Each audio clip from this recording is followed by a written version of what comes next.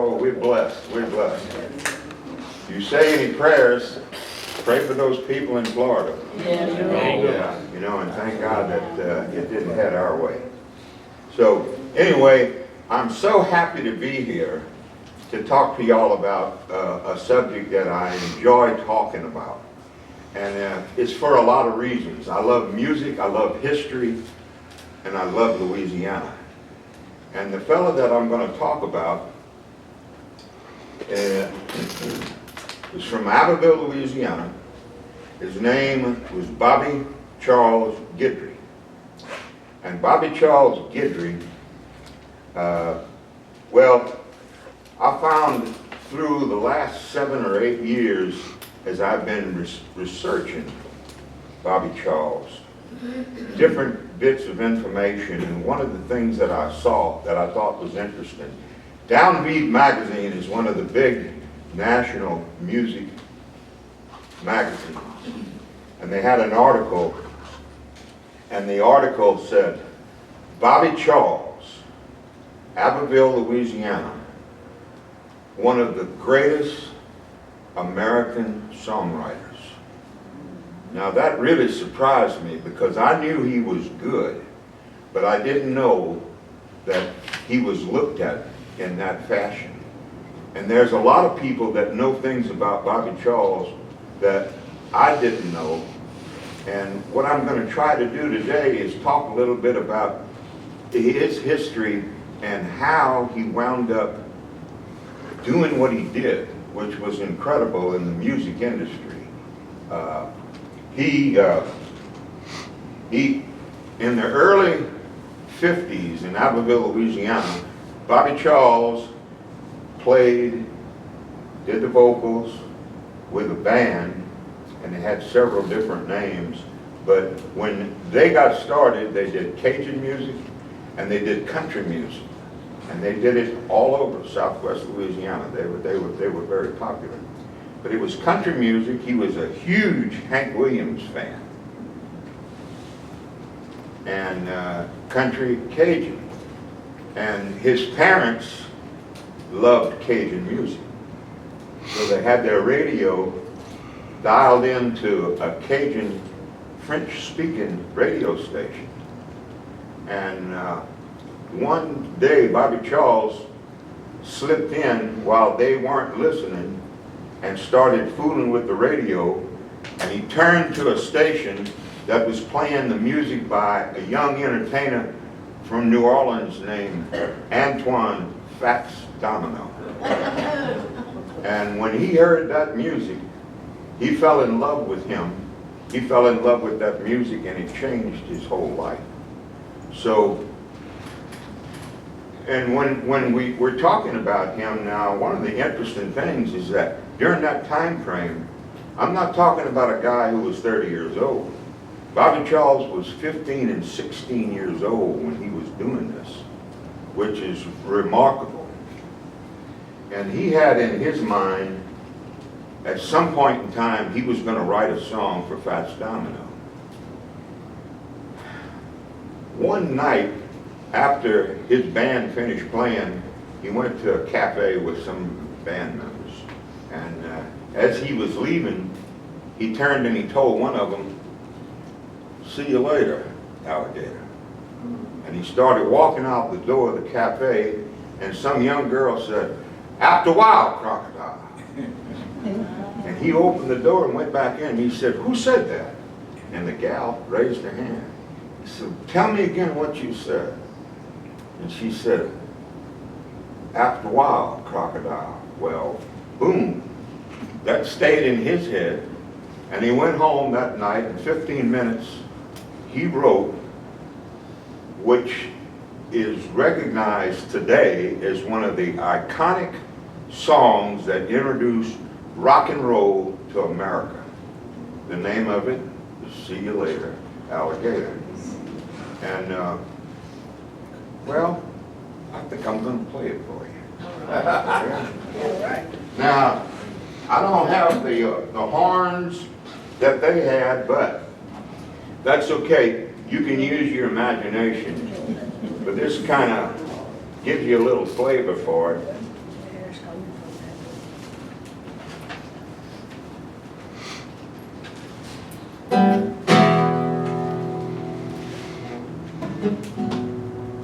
Well, I saw my baby walking with another man today. I saw my baby walking with another man today. When I asked her what's the matter, this is what I heard her say. See you later, alligator, after wild crocodile. See you later, alligator, after wild crocodile. Don't you know you're in my way now? Can't you see you cramp my style? Well, I thought of what she told me, nearly made me lose my head. I thought of what she told me, and I almost lost my head. But the next time that I saw her, reminded her of what she said. See you later, alligator, after wild crocodile. See you later, alligator, after wild crocodile. Don't you know you're in my way now? Can't you see you cramp my style? Said, wait a minute, baby, I know you meant it just to play. I said, wait a minute, baby, I know you meant it just to play. But you know you really hurt me. So this is what I have to say. See you later, alligator, after wild crocodile. See you later, alligator, after wild crocodile. Don't you know you're in my way now? So long.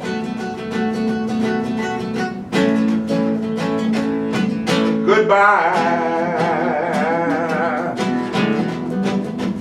See you later, alligator.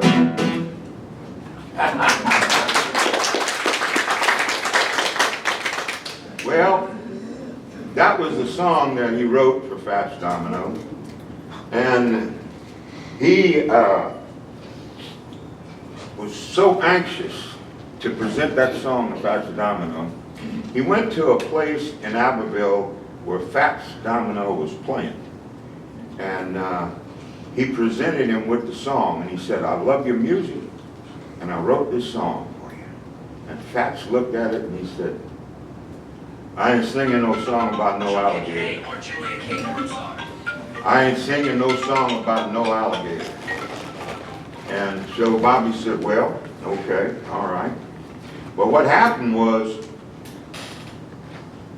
there was a disc jockey in Lake Charles that went to a dance where Bobby Charles played that song. And that guy said that song's got something to it. Now, you got to keep in mind now, this was when music was unheard of. Rhythm and blues, rock and roll, you know, this was right at the very beginning of it. So he had a connection with some people, two brothers in Chicago. They were the Chess Brothers. Now, the Chess Brothers were instrumental in the rhythm and blues music of the 50s. They had a recording studio, and I know y'all remember and heard of Motown. Y'all remember Motown? Well, Motown is looked at as the music label where a lot of the black artists with rhythm and blues, they really got started. But Chess label was ahead of them.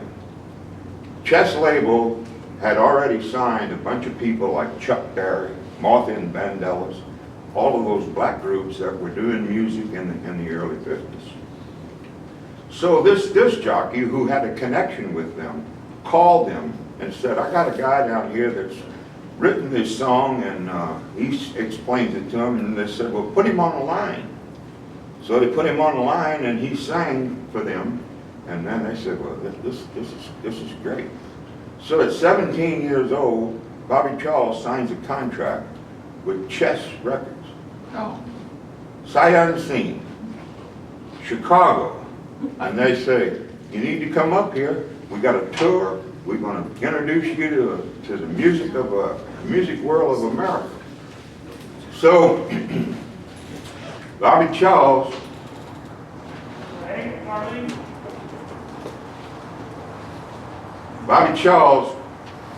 flies to Chicago. And when he flies to Chicago, one of the Chess brothers is there, and he's got a sign, and it says Bobby Charles. And Bobby Charles goes up to him and he said, I'm Bobby Charles. And the guy said, ooh, my brother is going to really be surprised. That's not what he said. I'm being a gentleman. And Bobby Charles looked at him and he said, why? What's the deal? He said, he thinks you're black. And so Bobby Charles looked at him and he said, well, I'm not, and I don't know what I can do about it. Well, here he is. He's 17 years old, and the Chess label has got an American tour that's getting ready to take off. And so they tell him, well, we got a contract. We're going to take you with us. Now, he's 17 years old. You've got all these black bands that are playing on this tour, and he's the only white guy. So they started trying to figure out how they were going to do this, and said, well, we'll figure it out as we go along. Well, one of the things that they thought about, you know, back then segregation was blowing and going, and it was not only that hotels that were white were not allowing blacks in, but on the other hand, black hotels weren't allowing whites in. So they were saying, well, how are we going to get Bobby into these hotels as we're touring? And one of the drummers said, I got an idea. He goes outside, comes back in the bus, and he's got a big old duffel bag. And he says, Bobby, jump in this duffel bag. What you want me to do that for? He said, I'll show you. He jumped in the duffel bag, zipped it up, put it over his shoulder, and he said, that's how we're going to get him in. And that's how they got him in. Oh my God. He traveled with them, and this was a great experience for Bobby Charles because he was listening to the greatest of rhythm and blues. And not a lot of people had access to that, particularly young white people. So Bobby Charles learned an awful lot and made a lot of friends and learned a lot about the music world. And he tells a story about Chuck Berry. Chuck Berry's in one of the southern states, one of the southern cities, and Bobby Charles goes into the restroom where the tour is playing, and about 5 or 6 big guys come in there, and what they want to do is they want to clean his clock. They want to put Bobby Charles away because they didn't like the idea of him associating with black musicians. Chuck Berry's band found out about what was going on. They went into that bathroom and cleaned out those guys. Bobby Charles always said, I owe so much.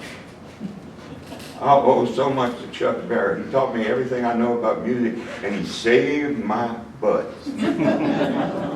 But it was a great time for him, that kind of exposure. Now, if you can imagine, he's 17 years old. So he stays up there, writes some music, and then he comes back to Louisiana after about a year. And he goes to another place where Fats Domino's playing. And this time, Fats Domino says, tell that guy, Bobby Charles, to come into my dressing room. He knew who he was. And so Bobby Charles comes into his dressing room. Man, he's thrilled because he's going to get a chance to talk to his idol, Fats Domino. And Fats Domino looked at him and he said, Bobby, I sure wish I'd have done that song about that alligator. Because it went all the way to #1. All the way to #1 when it was recorded. When it was recorded. It was recorded by a guy named Bill Haley and the Comets. Not #1, 1955. So that just really hung the moon. And anyway, he says, Fax tells Bobby Charles, listen, you need to come to New Orleans. You need to come with me, stay with me, and write some music. Bobby Charles told him, I'm so honored, I'm thrilled, but he said, you know, I don't have a car. The only way I could get there is if I walked. So, what he did was after the show, he had a buddy that drove him, and I'm not sure, but I think it was probably Warren Storm, because they hung around together, and he was with him when he wrote a lot of his music. He got in Warren Storm's car. There was a shoebox, and on the back of the shoebox, he wrote something that turned out to be one of the most epic songs about New Orleans called Walking to New Orleans. I'm going to do it for you.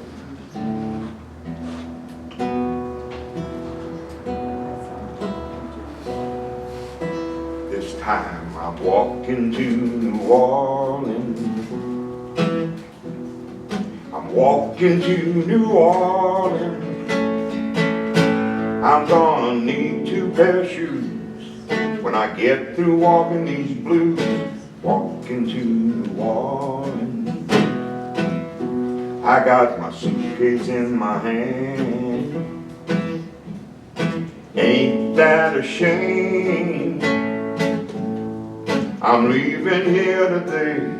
I'm going back home to stay. I'm walking to New Orleans. You used to be my honey, till you spent all my money. No use for you to cry, I'll see you by and by. I'm walking to New Orleans. I got no time for talking, I got to keep a-walking. New Orleans is my home, that's the reason why I'm gone. I'm walking to New Orleans. I'm walking to New Orleans. I'm walking to New Orleans.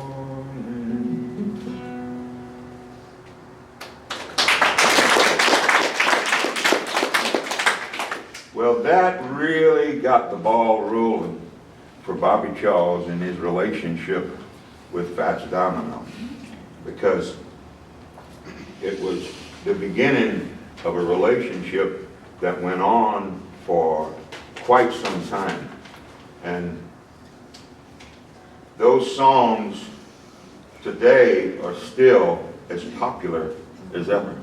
Walking to New Orleans is still recognized as one of the great songs and legendary pieces of music that mean so much to people from New Orleans.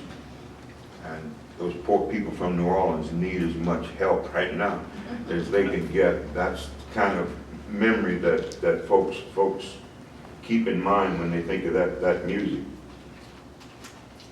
Walking to New Orleans.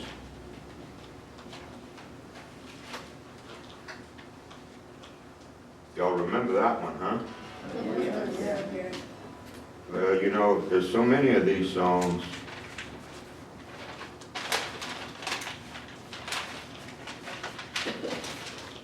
I used to remember all of this.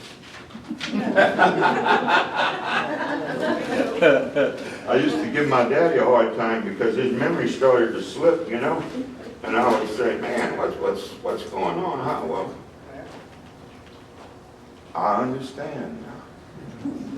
I can understand what happens when those things that you remember so well kind of drift away a little bit. But that's okay. Anyway, that era of 1960 now is where we were. When he wrote that song, Walking to New Orleans, that was 1960. The era from Bobby Charles' heyday for writing music in the New Orleans rhythm and blues era was 1960 to 1962. He was influencing the influencer. His songwriting at that time influenced music. To this day, many, many people give him credit for something that we hear a lot of when we go out to listen to music or dancing, swamp pop. He was instrumental in the development of swamp pop. And if you go to places, if you go down to Henderson, or you go to dance halls, or wherever you might go, you're going to hear those songs. They're still there. And one of them, that I'll give you an example of swamp pop music, is one that goes back to 1961. And I don't know how many of you all are familiar with something that's on PBS called Austin City Limits, but Austin City Limits has in its archive one of the greatest renditions of this next song that Bobby Charles wrote for Fats Domino. And if you go to YouTube, you can see it. So do yourself a favor, and I'll maybe talk about this later on, but it's a great rendition, because you got Fats Domino doing it, and this is back in the day when Fats Domino had about 8, 9, or 10 saxophone players. You remember that? Yeah, I mean, when he traveled, he had to have a bus just for his saxophone players. That's how big it was. But anyway, it's a special rendition, and if you get a chance,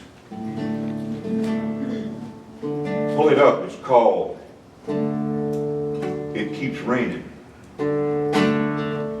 It keeps raining and raining, tears from my eyes, since you've been gone, all I do is cry. Somebody help me,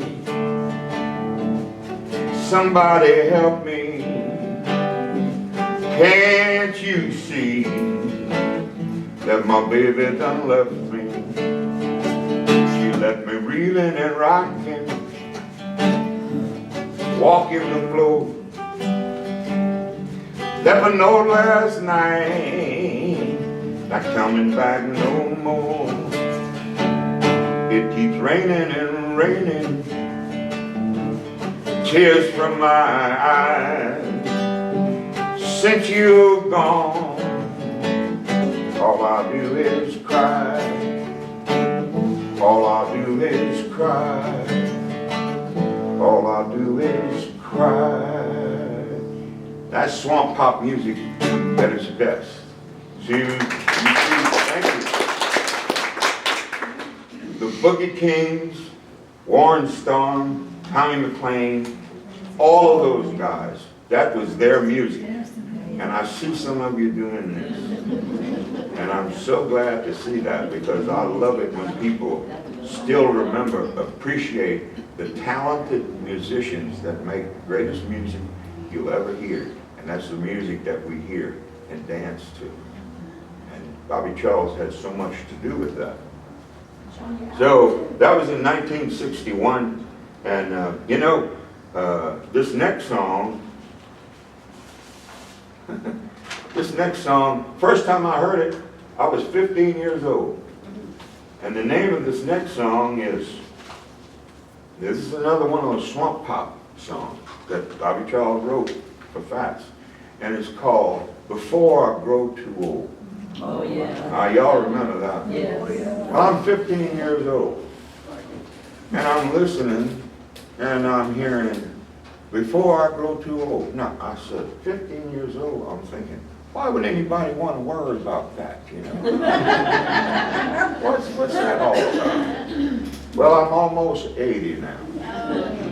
And I can understand now what he was saying. So I'm going to do this. This was recorded. It was written by Bobby Charles. And it paved the way for, again, the swamp pop.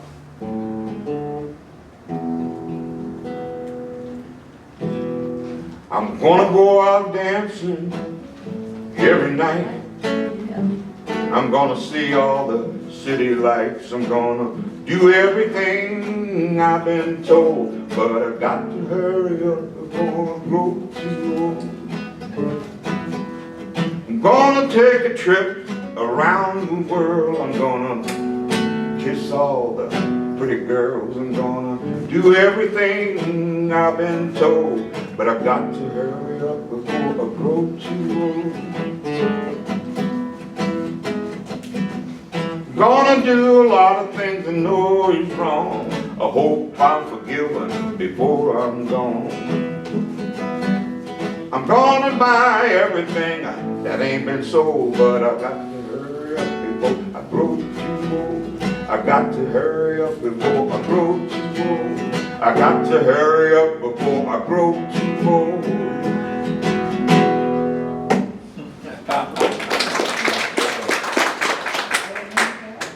I understand what he was talking about. I understand that, but you know, to this day, you go down to Henderson, you hear like the 4A tradition. I don't know if anybody knows who those guys are.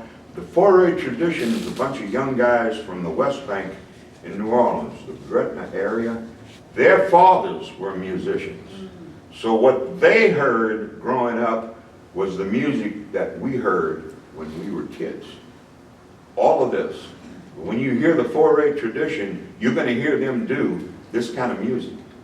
Before I Grow Too Old, all of those swamp pop songs. And it's like going back in time. You ever get a chance, 4A tradition, they're very, very, very good. But it just tells you that music doesn't go away.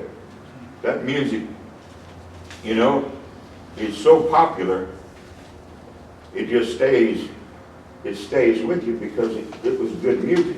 And I always enjoy, I sing at assisted living homes, and I like to talk to people about something that's important, and that's when you get up in the morning, if you don't have a song in your heart or in your mind, think of one. Because music makes the world go round, and it helps us because it does some special things for us up here. It helps release the God-given vitamins that we've got that make that old ticker go. Music is important, but it's also enjoyable. And so, do yourself a favor and never stop listening to music. Like I say, when you get up in the morning, if you don't have a song in your mind, think of one. Come up with one. Yes, sir. I got a question. I don't have a song in my mind, but I have breakfast in my mind. Well, then you can combine that. You can sing before you eat your breakfast. You know? Now, I don't know what kind of singer you are.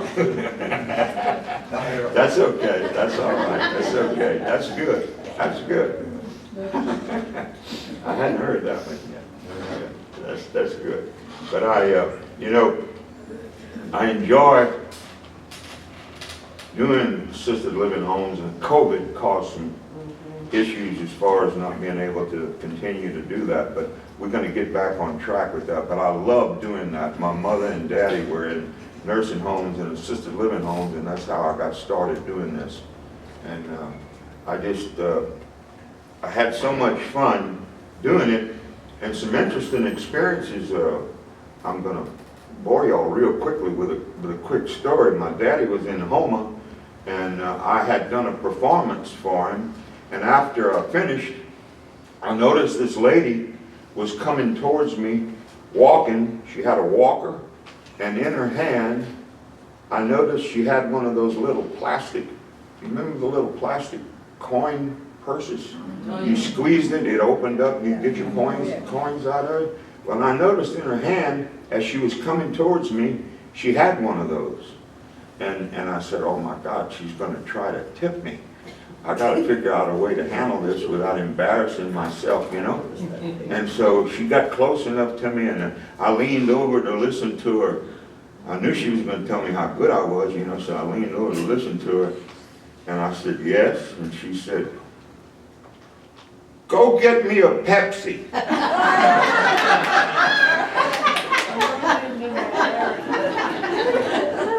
Y'all ever hear of the air of his balloon?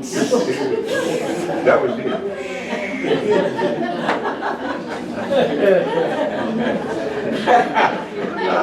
Look, she knew how to put your feet back on the ground. But I always enjoyed doing that, and I always said to folks that we are the luckiest generation ever as far as music is concerned, because we had access to the big bands of the 40s. Then we had the standards, the Frank Sinatras and Dean Martins of the 50s. Wonderful music. And then right in the middle of that, here comes rhythm and blues and rock and roll. And that was our music. Not too many people can claim that. In fact, the poor kids today, what they're listening to, it ain't music. That's not what they're listening to. So we're lucky, you know. You know, they said you need to thank the good Lord for good things. Thank Him for your time and the music that we enjoy. Isn't that true? Huh? Yep. Definitely. This is water. I promise y'all, this is water. It's too early for anything else. Wait. We should have brought you a Pepsi. I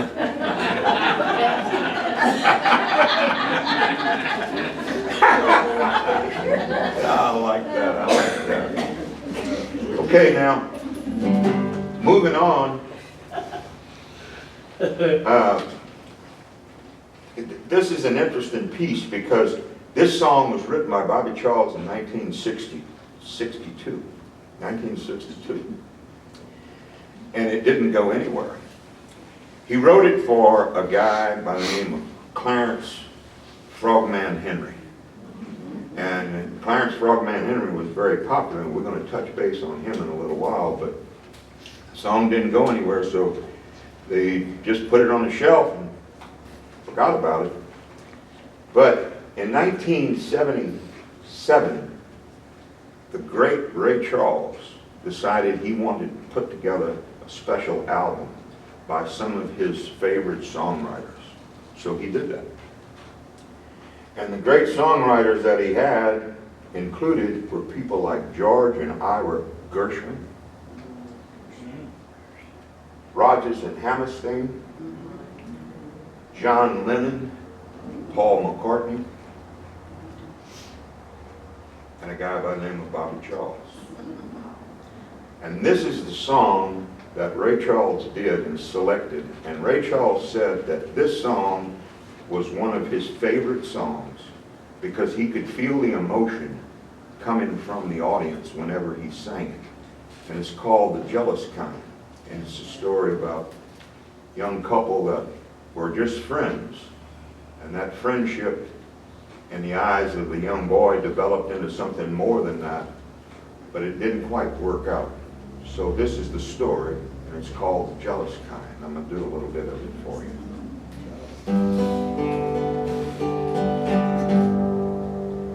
Don't be angry if I seem rude each time we meet. Someone that you once knew, that you say used to be so close to you.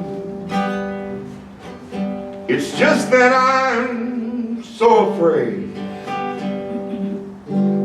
someone might steal you away and I lose my mind. I can't help myself the way I feel sometimes. Guess I'm the jealous kind. It was alright when I first met you, girl, I didn't mind. Now things have changed, no, I'm not the same, and now I find I want you all to myself, don't want to share you with nobody else. Please forgive me for the way I act sometimes. Guess I'm the jealous kind. you only knew how much it hurts to hear you say how you can't forget that before we met, those were the good old days. Why must you hurt me so? I can't stand it no more, girl. I'm really trying. Please forgive me for the way I act sometimes. Guess I'm the jealous kind. Guess I'm the jealous kind.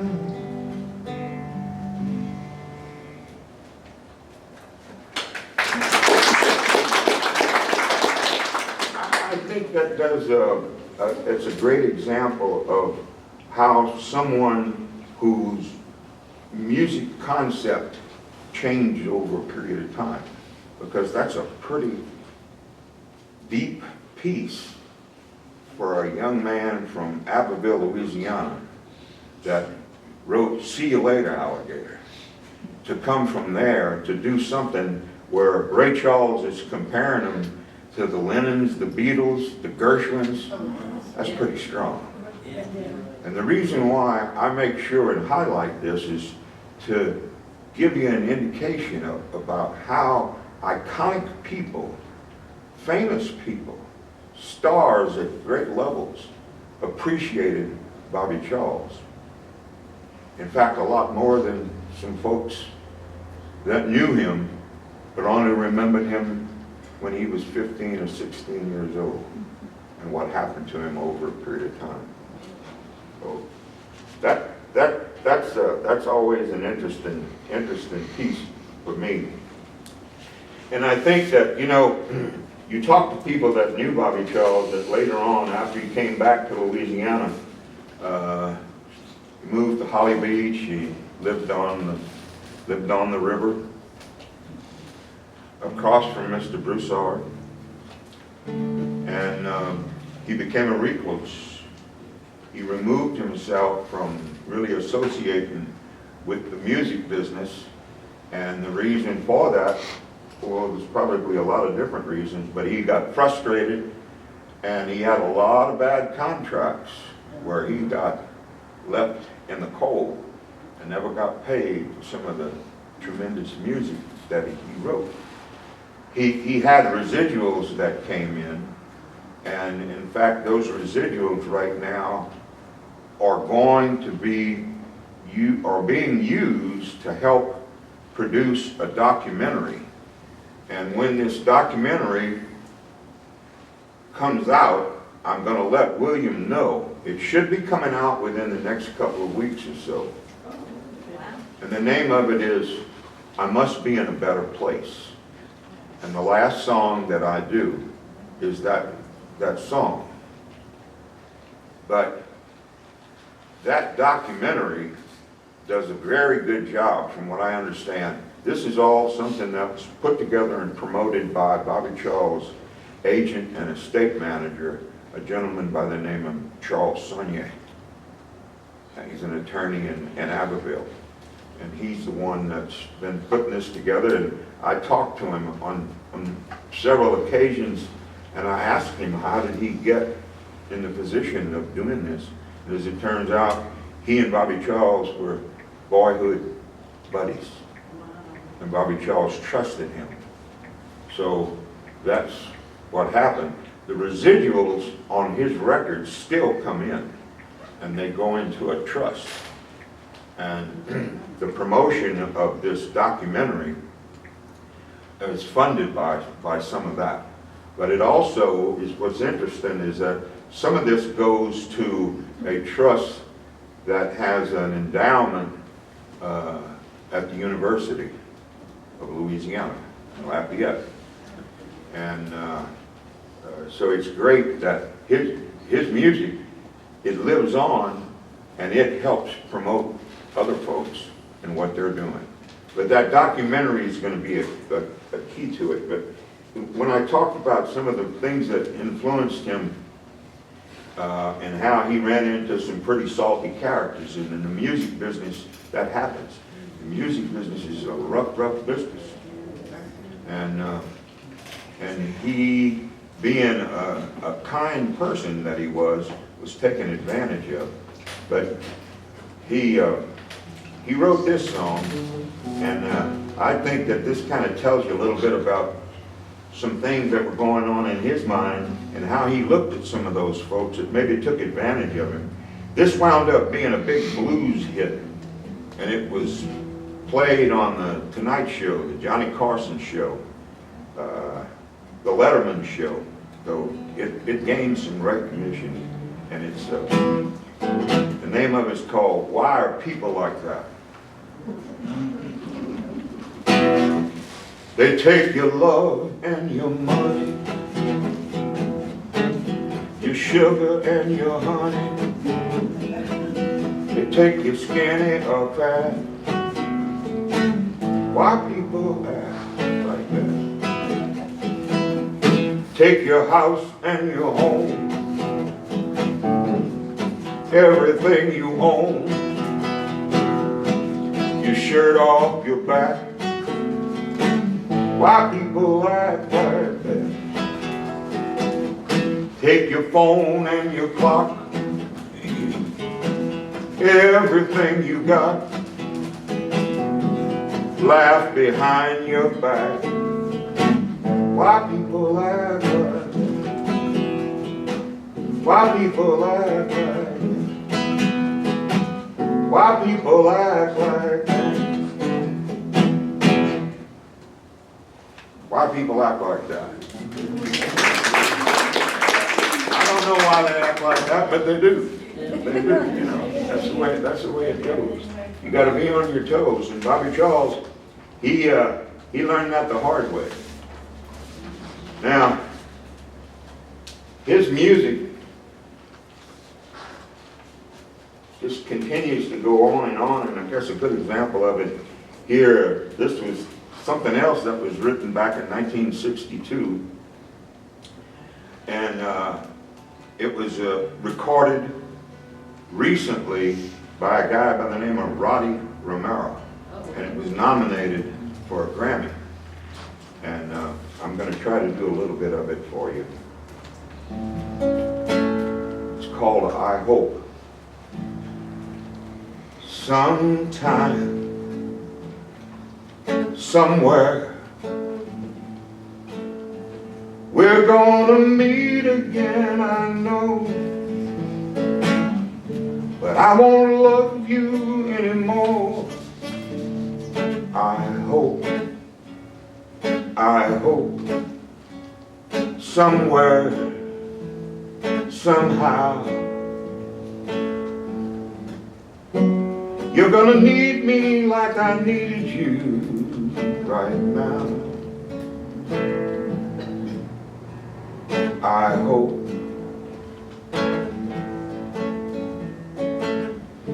People dancing, but the music plays. Tonight's the night, I wanna dance the night away. But tomorrow you'll be gone. So long, goodbye. I know that I'm gonna cry, but I'll forget you by and by. I hope.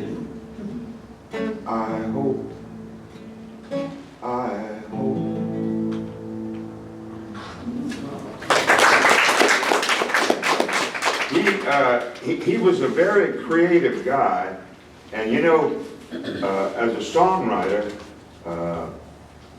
I enjoyed talking to some of the musicians that were in his recording sessions, and he was absolutely unique in that most of the time, songwriter comes in, he knows exactly what he wants. He's got it charted, all of the chords, all of the keys, and he's set and ready to go.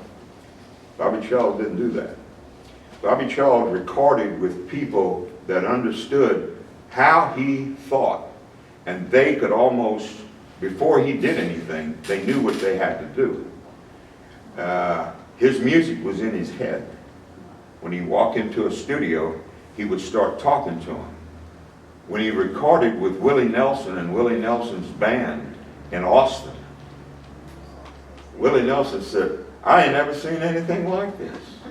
And they weren't used to it, because as a songwriter, as I said, most of the time this is all prepared. Everything's laid out. He didn't do it that way. It was all in his mind.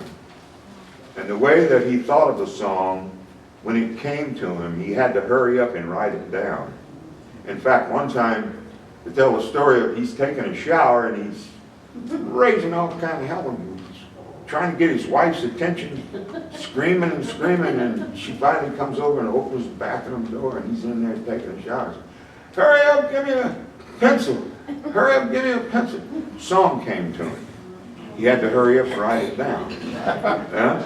Hey, look, people that are creative, you know, sometimes they don't think the way everybody else thinks. They're in their own league when it comes to being creative. And some of that can be frustrating when you're dealing with them, because they don't think in practical ways. But that's also the reason why God gave them that talent, that creative side, to do some of those things. And he was undoubtedly blessed. You know? Nobody taught him anything about music. He just heard music and developed his own feeling for it. And for that, we're very lucky. Now, here again, here's another song that was done in that era. This is 1961. But this song wound up being a big moneymaker for him as far as residuals was concerned, because it wound up being such a big hit when it was done. And then it was an even bigger hit when 30 years later it became part of the song list for one of the most popular movies, Academy Award winning, the Bobby Charles story of Forrest Gump. And this song was recorded by Frogman Henry in 1961. It's 30 years later, and that song's still that popular, and it's part of the playlist, the song list for that movie. And you had to have, if you listen to the music, all of the pieces that were selected were primo, top of the line. This song was included in it. It's called "I Don't Know Why I Love You, But I Do." I don't know why I love you, but I do. I don't know why I cry so, but I do. I only know I'm lonely, and that I want you only. I don't know why I love you, but I do. I can't sleep nights, I feel so restless. I don't know what to do, I feel so helpless. And since you've been away, I cry both night and day. I don't know why I love you, but I do. My days have been so lonely, my nights are so blue. I don't know how I manage, but I do. I don't know why I love you, but I do. I don't know why I cry so, but I do.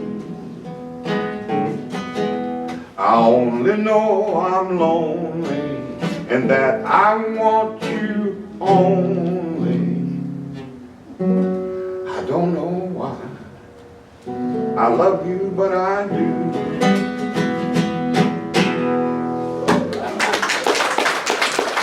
Y'all remember that one?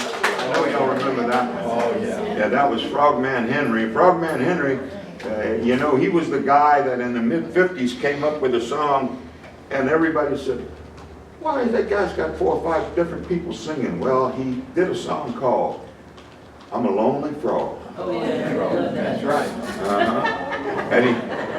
And he I'm a lonely frog. He did that, and then he said, I'm a lonely girl. But he's the guy that made that into a big hit. Remember that? Yeah. Frogman Henry. Frogman Henry. So he wrote that song for Frogman Henry? He did, 1961.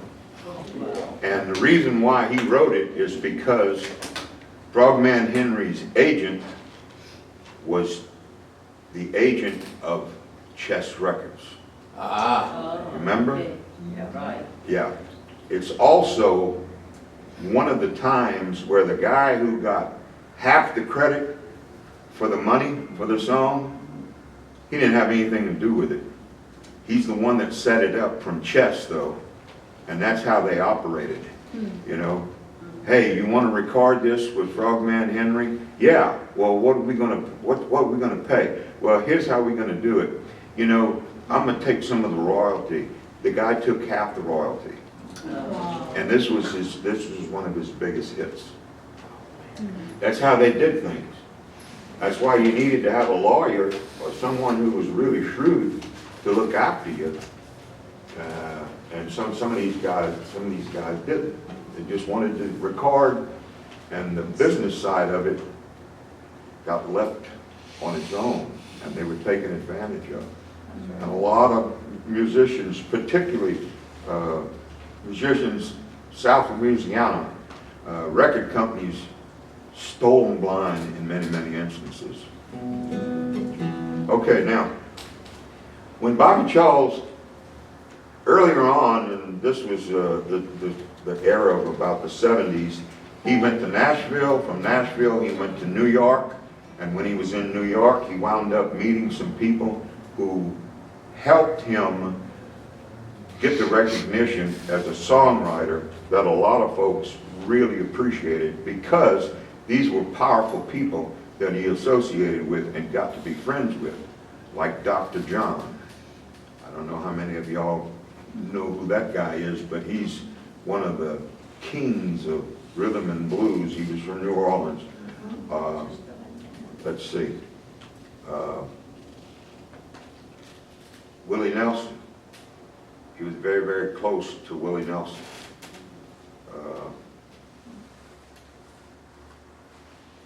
Very close to Bob Dylan. Bob Dylan, Willie Nelson, several other people spent time in Abbeville, Louisiana, and people in Abbeville, Louisiana didn't know it, because they would slip in and do their thing and write music and party and do whatever else they wanted, but they were very, very close to Bobby Charles. But Bobby Charles also recorded an album with a group that was called The Band. The Band was Bob Dylan's backup band, but the band was world renowned. Very, very popular. And they had a manager. His name was Albert Grossman. He was also the manager of Bob Dylan. He was the manager of that band. He was the manager of, y'all remember Peter, Paul, and Mary? Yeah. So this guy was very, very influential and powerful, powerful man. And Bobby Charles wrote this song, and it has to be about Albert Grossman. If you read between the lines, so I'll go ahead and sing it.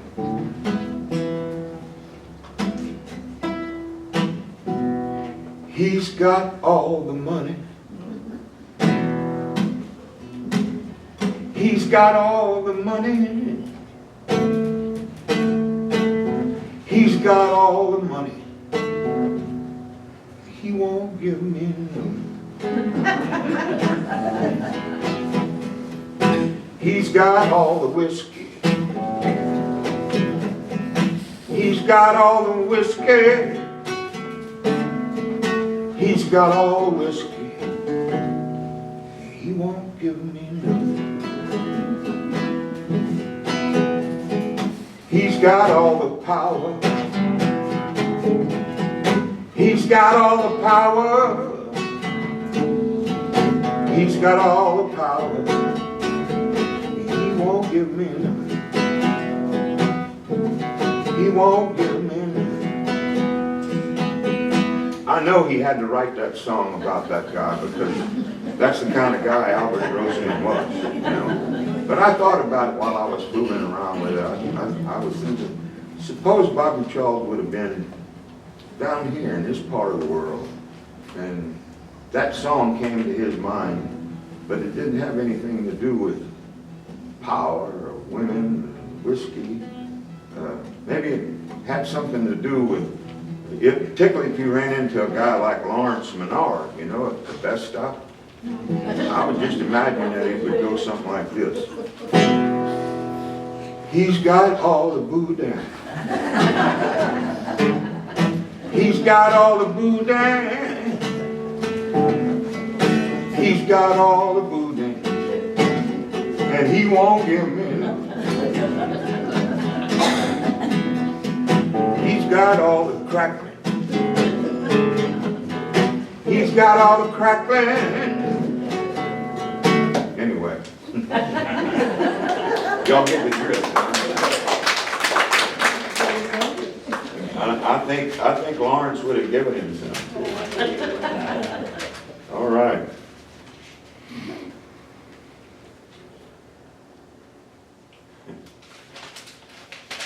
Get all the money.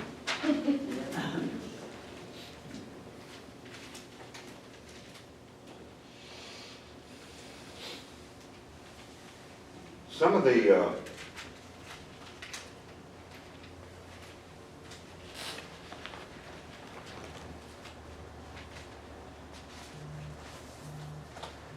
y'all bear with me here. I'm not like Bobby Charles. I can't keep all this in my head.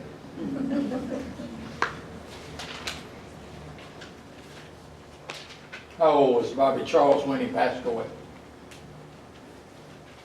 Well, Bobby Charles was born in 1938. 38. Yeah, and he died 12 years ago. He died 12 years ago. 12 years ago. Yeah, 2010. yeah. 38.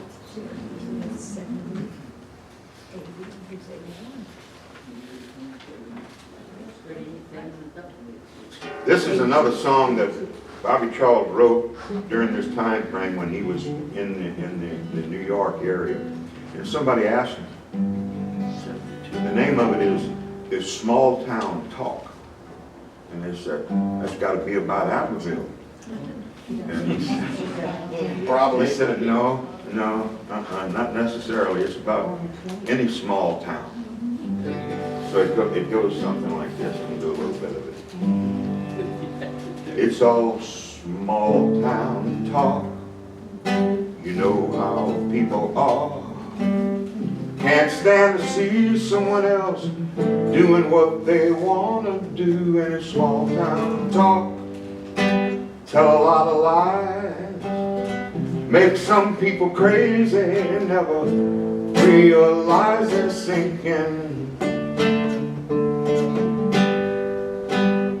We're all the same people, trying to live together, and we're trying to make something work.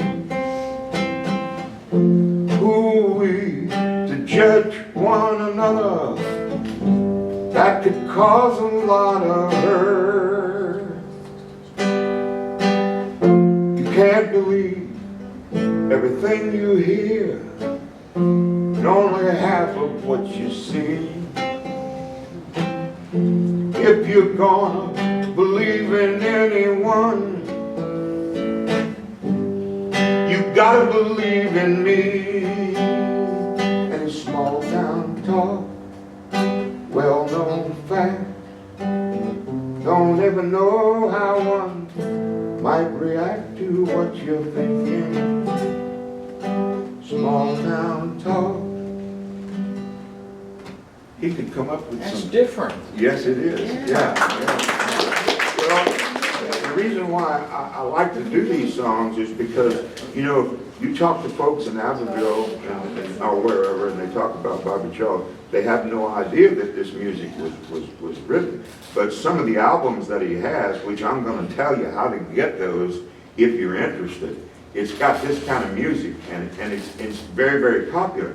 And that's the reason why the likes of Bob Dylan, Willie Nelson liked him so much, because he thought he was a great songwriter, and he was. It's just a shame that instead of going out and helping promote that music and himself, he didn't. He just shut it down. He didn't perform. And some people say that I interviewed several people, and one of the close friends told me that the thing that really hurt him at the end was when I mentioned to you when he was in New York and he was recording and had met the group called The Band, world famous band. There was a movie made in the 70s, and it was directed by Martin Scorsese. It was called The Last Waltz, and it was the last performance of that group, the band. They had Bob Dylan, they had all the great performers, and they invited Bobby Charles. And this was in San Francisco, and the name of the movie was The Last Waltz. And Bobby Charles was so proud to be invited and to perform, he wrote a special song for it, and they recorded it. But for some reason or the other, Martin Scorsese had everybody that was invited a piece except for one guy. He took Bobby Charles out. He wasn't part of the final film. And I was told by someone who knew him very, very well that that just flabbergasted him. You know, it depressed him, and that helped him remove himself from society. He became a recluse. Yes. And unfortunately, but I can understand how that might have happened. You know, wherever he traveled, he always kept in mind, and he appreciated Mother Nature. He appreciated the things that he saw, and he saw a lot of those when he made that move from Nashville up to New York.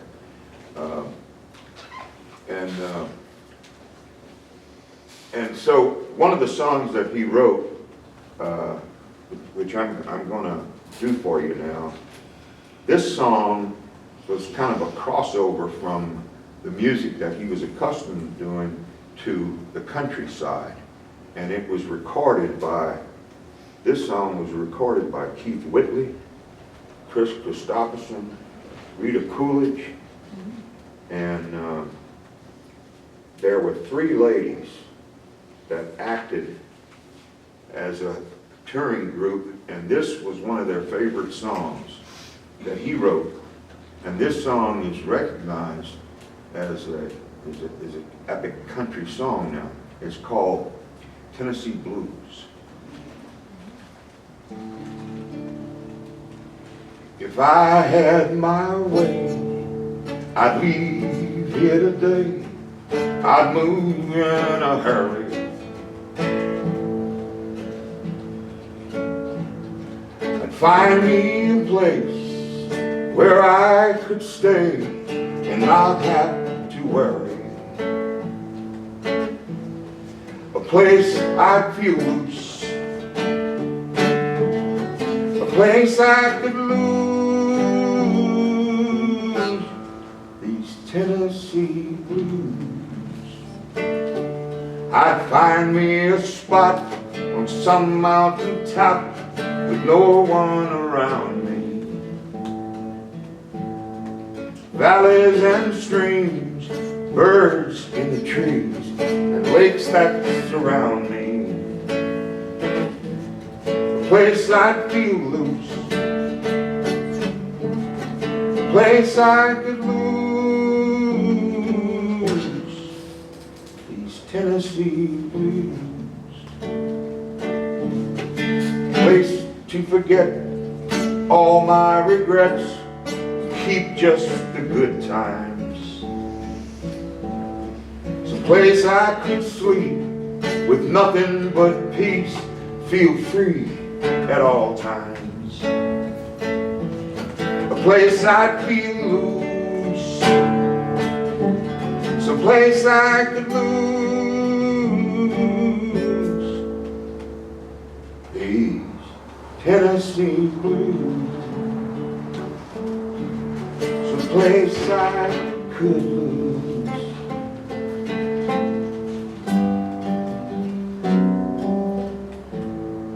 These Tennessee blues. Isn't that a pretty song?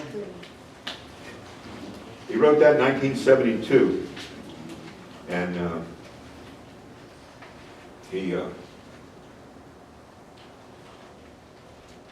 right before he decided that it was time for him to come home.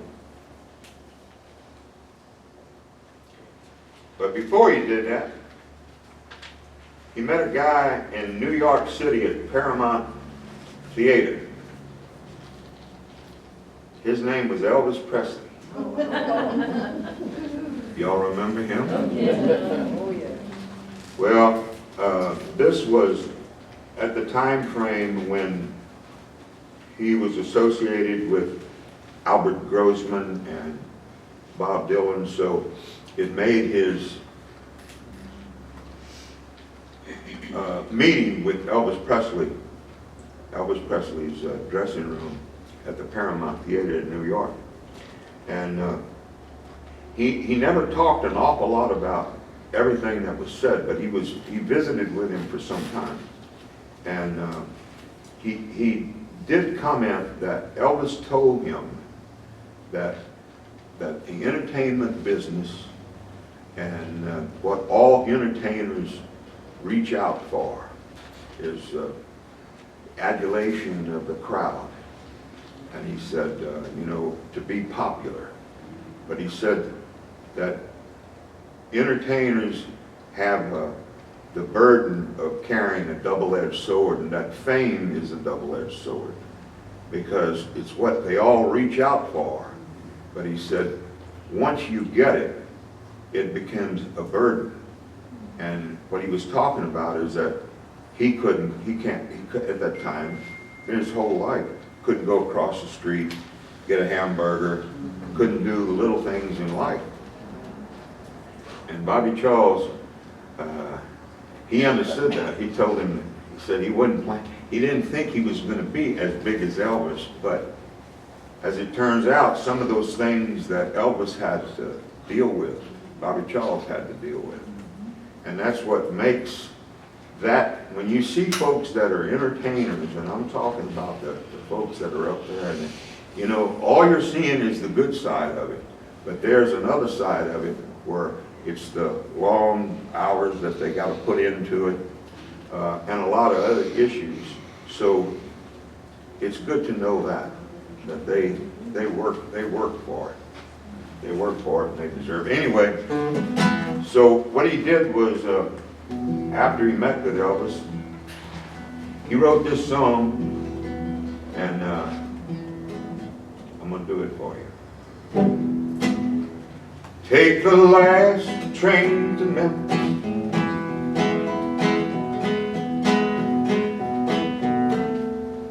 take the last train to Memphis, ride the Tennessee Eagle. The king is gone, but he still lives on deep in the heart of the people. Take the last train to Memphis, gonna have a good time. Memphis sits on top of the river, right on the Arkansas line. Ride the Eagle, get on board. Ride the Eagle all night long. Next stop, Grayson. Ride the Eagle, get on board. Cross the Arkansas border by midnight. Next stop, Graceland's door. Next stop, Graceland's door. Next stop, Graceland's door.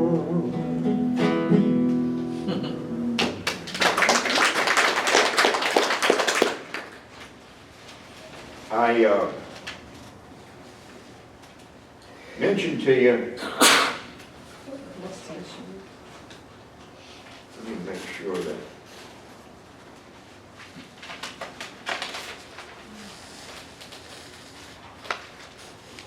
I talked to you about some of these albums, and you know, if you're ever interested in his music and you're interested in his albums, you can find them. You can get them on Amazon. Amazon is an easy way to do it. He had 11 albums, and timeless, classic years, the best of Bobby Charles.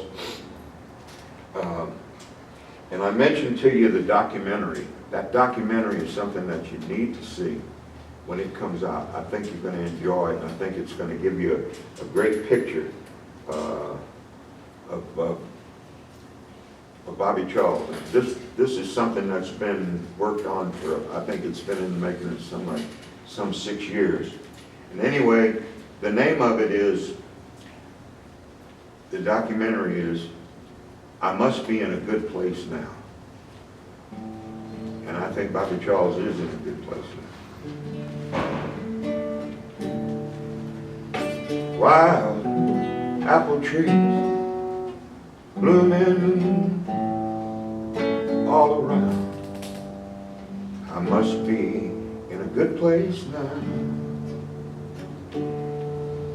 Sunshine coming through, rainbow-colored sky paints pretty pictures in my mind.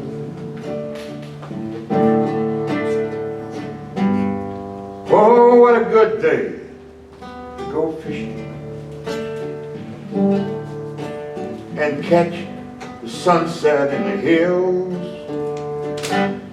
Dream of yesterday and tomorrow, and hope that you'll be with me still. I saw a butterfly and named it after you. Love is all around, and all I see is you. I must be in a good place now. I must be in a good place now. I want to thank y'all for letting me come over here and do some of these songs and to tell some of these stories, because this is something that I've always wanted to do. And someone asked me, said, well, you know, what's your connection? Well, my connection is, my mother was from Abbeville, and I lived in Abbeville only 1 year, and that was 1954. My older brother knew what was going on with Bobby Charles at that time when Bobby Charles was playing music. I wound up telling everybody that I went to school with Bobby Charles at Mount Faulk. And it's true. It's true. In 1954, I went to school with him. I don't tell everybody that I was in the 3rd grade and he was a senior.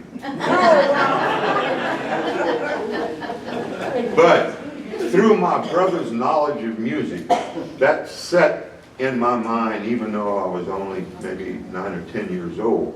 And I always was interested in whatever happened to Bobby Charles. So I moved all over the world and then came back to Louisiana 20 years ago. And one of the things I said, I'm going to go see if I can find out something about Bobby Charles.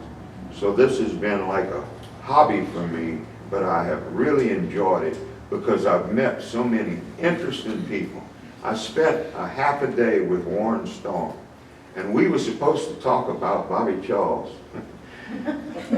We talked about everything, anybody in the music business, and we talked about Warren Storm for quite a while too. But anyway, to be able to talk with folks that experienced that music and what was going on, that's a special time. And it's special for a lot of different reasons, but most importantly, it says how talented we had a young man from Vermilion Parish, Abbeville, Louisiana, accomplish what he accomplished. He's in the Music Hall of Fame. And his music was recognized by an awful lot of people. It's unfortunate that towards the end, he didn't have the wherewithal to go out and promote his music and promote himself, because I'm sure there'd have been more music there. But that's the way it goes, and that was his life. But I hope y'all follow up, and when that word comes out on the documentary that you have an opportunity to take a look at it, I think y'all are going to enjoy it, and it allows you to be proud of another good Louisiana boy. Okay? Thanks.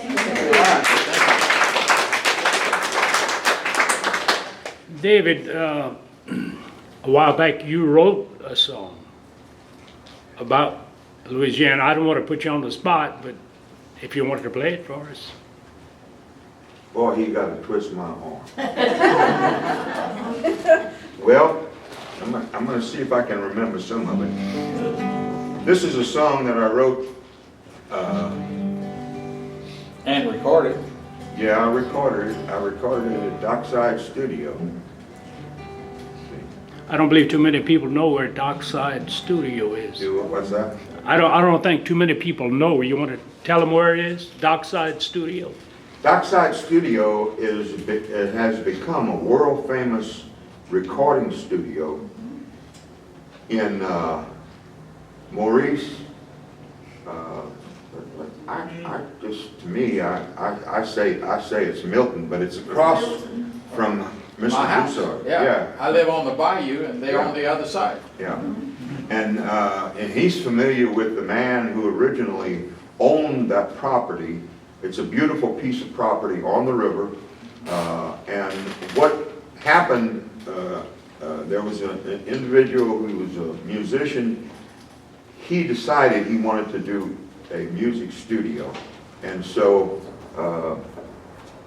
he bought that property, and there was a barn, if I'm not mistaken. And what they did was they restored it and made it into a recording studio. It's two-story, and the reason why so many people love to record there is because you can actually use the upstairs, the second floor, as a living quarter. So you can have your kitchen, you have a place for you and your band to sleep, and then the downstairs is where the recording sessions take place. And it's a beautiful, beautiful, well furnished recording studio. There's a home, there's another studio, and they really are not, I don't think, all that interested in too many folks coming in. That's the reason why it's got like a 12-foot fence area on the outskirts. But they are some of the nicest people that you could ever meet. The names of the Nails, Steve Nails and his wife, and some of the world-class musicians. B.B. King is an example. When he saw that place, he fell in love with it, and that's where he did all of his recordings.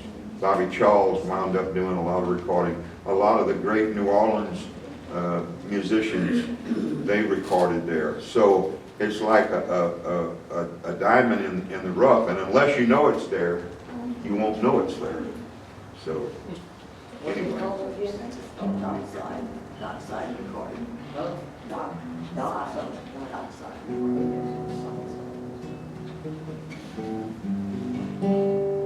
Cochon.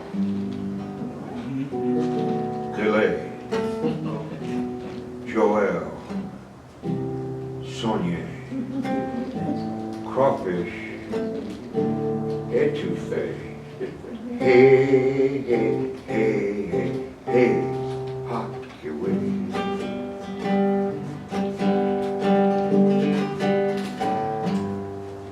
Tabasco, hot, hot, hot. Ashpa, la pa. Bill Platt, who that say they gonna beat them Saints?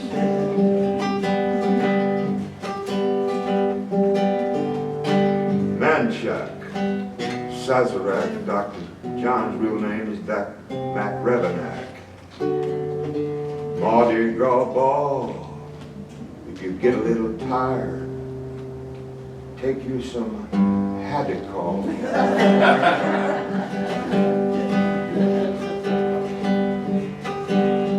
Say, la vie, mon ami. You want to see a real Cajun? Honey, take a look at me.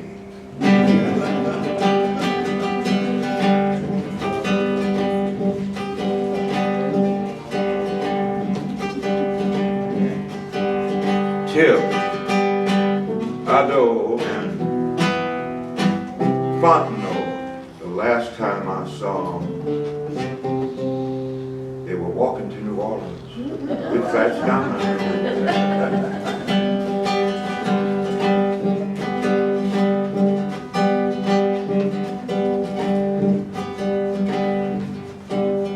Cajuns love to kneel and pray.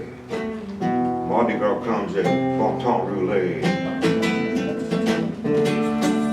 Mardi Gras, mambo, mambo, mambo. Natchitoches. Well, hello, ya. Dolly Parton was a steel magnolia. Duck. Dynasty. Some people still speak honestly.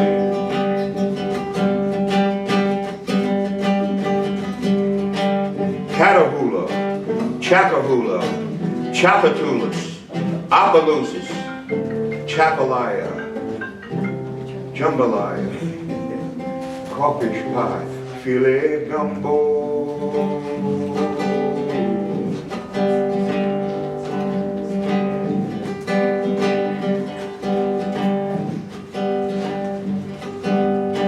Sauce, pecan. Suzanne Dudley, J. LeBlanc. Rayne has its green frog. Rodrigue went to heaven with his blue dog. I love Louisiana.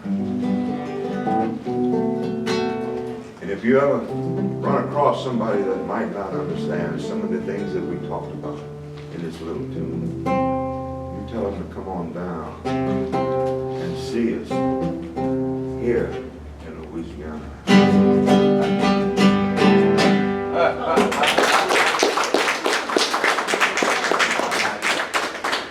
Thank you all again. I enjoyed it.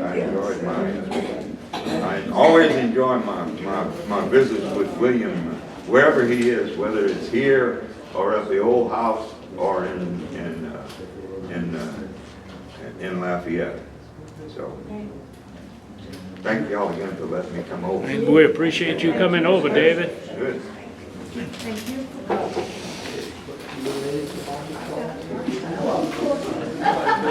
you.